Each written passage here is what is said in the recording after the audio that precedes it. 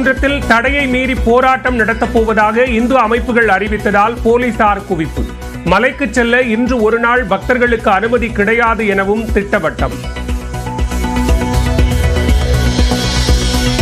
மதுரையில் 144 தடை உத்தரவு அமலில் உள்ளதற்கு எதிரான வழக்கு இன்று மாலையில் விசாரணை. தடை உத்தரவை பயன்படுத்தி திருப்பரங்குன்றம் கோயிலுக்கு செல்வதை தடுக்கக்கூடாது என மனுதாரர் கோரிக்கை.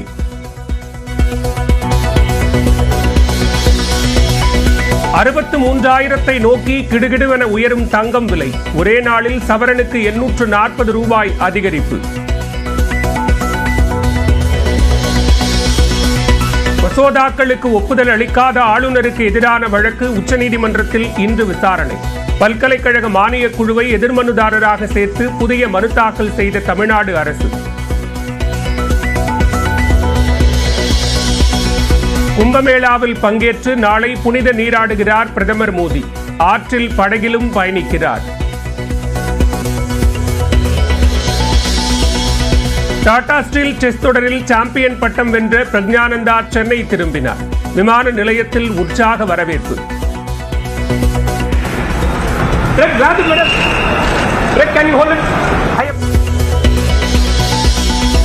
ஈரோடு கிழக்கு தொகுதியில் நாளை வாக்குப்பதிவு. வாக்குச்சாவடிகளில் ஏற்பாடுகள் தீவிரம்.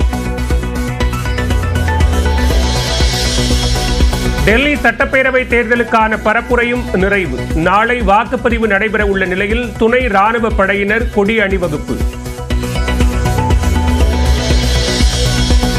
9 மணியாகியும் சென்னையில் விலகாத பனிமூட்டம். தாமதமாக இயக்கப்படும் மின்சார ரயில் சேவைகள்.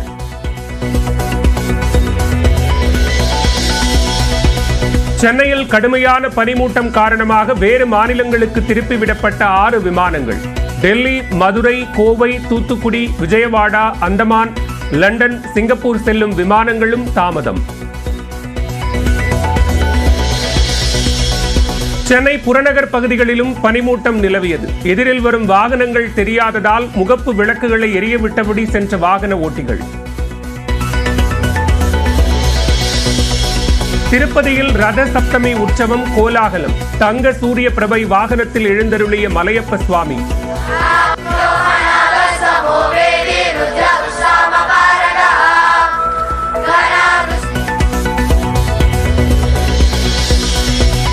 ஆரோக்கியா நிறுவன ஆரஞ்சு பால் பாக்கெட் விலை லிட்டருக்கு $2 அதிகரிப்பு. முன்னறிவிப்பின்றி உயர்த்தப்பட்டதால் பொதுமக்கள் கவலை. வரும் 12ஆம் தேதி அமெரிக்கா செல்கிறார் பிரதமர் நரேந்திர மோடி. அதிபராக பொறுப்பேற்றுள்ள ட்ரம்புடன் 13ஆம் தேதி பேச்சுவார்த்தை. மேற்கு வங்கத்தில் ஜேசிபி இயந்திரத்தை கொண்டு யானையை விரட்டிய மக்கள். ஆத்திரத்தில் முட்டி தள்ளிய யானை.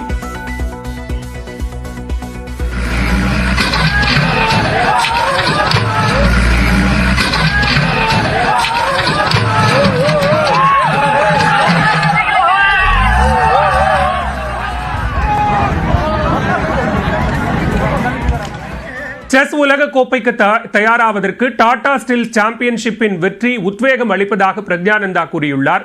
நமது செய்தியாளர் சடையாண்டிக்கு அளித்த பிரத்யேக நேர்காணலை தற்போது பார்க்கலாம்.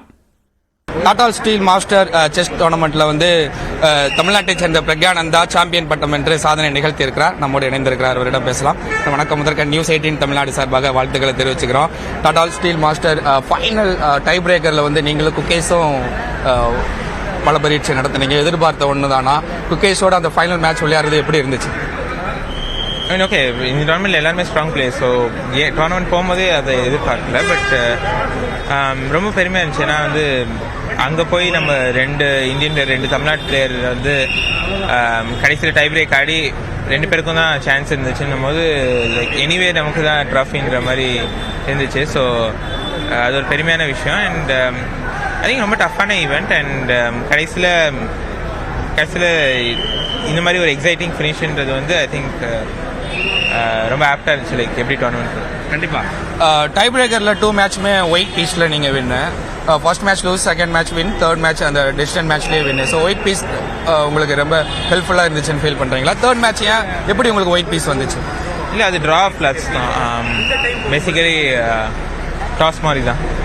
அண்ட் ஓகே, ஒயிட் பீசஸ்ன்னு சொல்ல முடியாது. அண்ட் பேசிக்கலி லைக் லக்கில் தான் வந்தது தான். ஸோ அண்ட் லைக் அதுதான் டிஃப்ரென்ஸ் ஆச்சுன்னு சொல்ல முடியாது. எல்லா கேம்லேயும் வந்து லைக் ஓப்பனிங்கால டிசைட் ஆகலை. ஸோ அதுக்கப்புறம் தான் கரெக்ட் 13 மேட்சுமே கிளாசிக்கல் மேட்ச்சு. அதுக்கப்புறம் 2 பேருமே ஈக்குவல் பாயிண்ட்டு. ஃபைனல் டைட்டில் வின்னரை வந்து ஒரு பிளிட்ஸ்லேயே ஒரு ரேபிட் கேம் டை பிரேக்கரில் வச்சு டிசிஷன் எடுக்கிறது அப்படின்றது ஒரு கரெக்டான ஃபார்மெட்டுன்னு நினைக்கிறீங்களா ஒரு கிராண்ட் மாஸ்டராக? 13 கேம்ஸ் அப்புறம் இன்னொரு கிளாசிக்கல் கேம் கண்டிப்பாக ஆடிட்டு இருக்க முடியாது. So I think tie break ஒரு நல்ல ஃபார்மேட் தான். ஏன்னா லைக் வேற ஏதாவது டை பிரேக் ஃபார்மேட்டில் இருந்துச்சுன்னா அது கொஞ்சம் லைக் கேம் ஆடாமல் இருந்துச்சுன்னா கொஞ்சம் அன்ஃபேராக இருக்கும். So I think blitz tie break வந்து ஒரு நல்ல ஃபார்மேட் தான். இந்த டைட்டில் வின்னர் கேண்டிடேட் செஸ் டோர்னமெண்ட்டுக்கு வேர்ல்டு கப் குவாலிஃபிகேஷன்ஸ்க்கு எவ்வளோ யூஸ்ஃபுல்லாக இருக்கும், எவ்வளோ இம்பார்ட்டன்ட் இந்த வின்னிங்? கண்டிப்பாக எனக்கு கான்ஃபிடன்ஸ் தருது. லைக் வேர்ல்ட் கப் ஒரு கிராண்ட் ஸ்பெஸ் நல்லா பண்ணுறது. தேங்க்யூ. சென்னை மற்றும் புறநகர் பகுதிகளில் நிலவிய கடும் பனிமூட்டம் காரணமாக ரயில் மற்றும் விமான சேவைகள் கடுமையாக பாதிக்கப்பட்டது. சென்னையில் இன்று காலை வழக்கத்திற்கு மாறாக கடும் பனிமூட்டம் நிலவியது. நுங்கம்பாக்கம், கோடம்பாக்கம், வடபழனி உள்ளிட்ட பகுதிகளில் சாலைகளில் எதிரே வரும் வாகனங்கள் தெரியாத அளவுக்கு பனிமூட்டம் காணப்பட்டது. கிண்டி கத்திப்பாரா மேம்பாலத்தில் பனிமூட்டத்தால் வாகனங்கள் மெதுவாக ஊர்ந்து சென்றன. பார்க்கும் இடமெல்லாம் வெள்ளை கம்பளம் விரித்தது போல காட்சியளித்த நிலையில் இளைஞர்கள் செல்ஃபி எடுத்து மகிழ்ந்தனர்.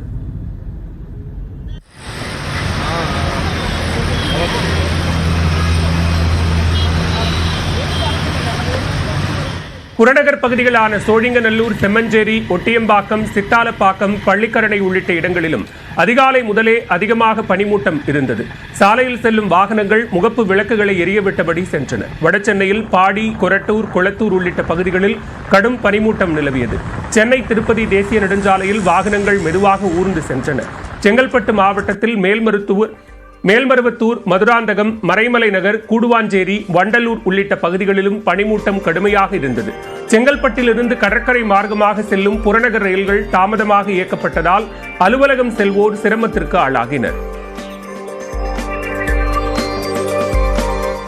சென்னையில் 22 கேரட் ஆபரண தங்கம் விலை இதுவரை இல்லாத புதிய உச்சமாக ஒரு சவரன் 62,480 ரூபாய்க்கு விற்பனையாவதால் பொதுமக்கள் கலக்கமடைந்துள்ளனர். கடந்த மாதம் 29ஆம் தேதி முதல் தங்கம் விலை பெரிய அளவில் உயர்ந்தும் சில நாட்களில் லேசாகவும் சரிந்து வருகிறது.